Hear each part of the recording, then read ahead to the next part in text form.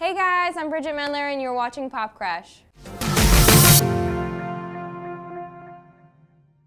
I mean, I guess there was sort of like the emotional influence of just the things that I was processing in life. So that, and I think switching also over from not being with Hollywood Records anymore, I kind of felt this like endless freedom to make whatever sound-wise I wanted, which was a lot of pressure, but then at the same time it wound up being really exciting and empowering. And so then, yeah, sonic influences were something that we kind of just developed throughout the project with the two producers I worked with, Book and Bastion, and we listened to a bunch of really random things. And I think Atlantis kind of came out of nowhere. We didn't originally intend for it to have that sort of like Imogen Heap vibe that happened later, but we listened to a bunch of stuff. I mean, they introduced me to Jay Dilla, and I was really into the Animals at the time, both of which you wouldn't really guess from the music, but it's kind of just like permeating the sound in some way. I love Nelly Furtado. Yeah. We saw this song, though, as a good opportunity to have a collaboration. It just seemed like it was asking for that, and I'd been listening to a bunch of different rappers, and Kaido stood out to me as a really like fresh voice, and I thought he would add an interesting perspective. And the rap that he sent over, he just got it. You know, he was able to do something that was more abstract, which I think was really cool. He just played around with his lyrics in a fun way. And yeah, I think he kind of got like the heart-wrenching aspect of the song too. So we didn't even ask for him to change anything. We were just like, dude, you nailed it, first go. It was gonna be my artist name for a minute, but then I was like, no, you know what?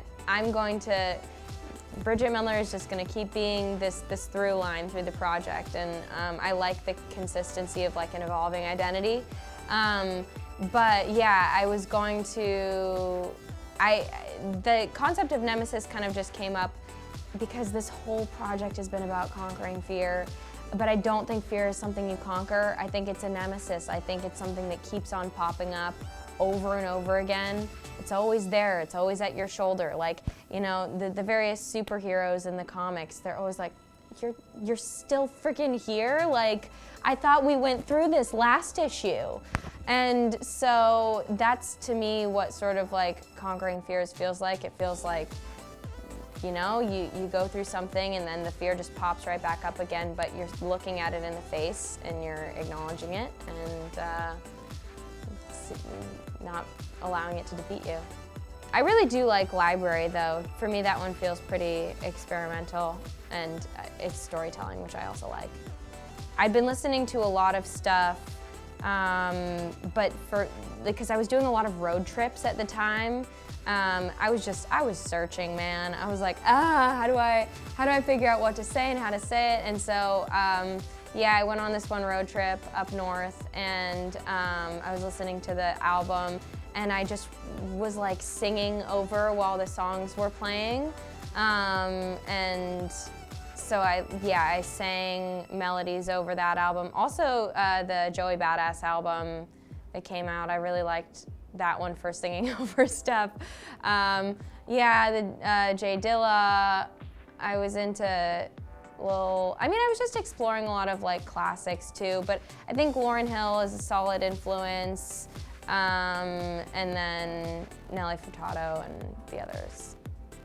A lot of coffee shop writing happened. I'm trying to think specifically of the album, because I think the album was really interesting because, so Do You Miss Me at All, I wrote that chorus in the car, but then a lot of the songs were actually from improv jam sessions with the band. So, Book and Bastion producer guys.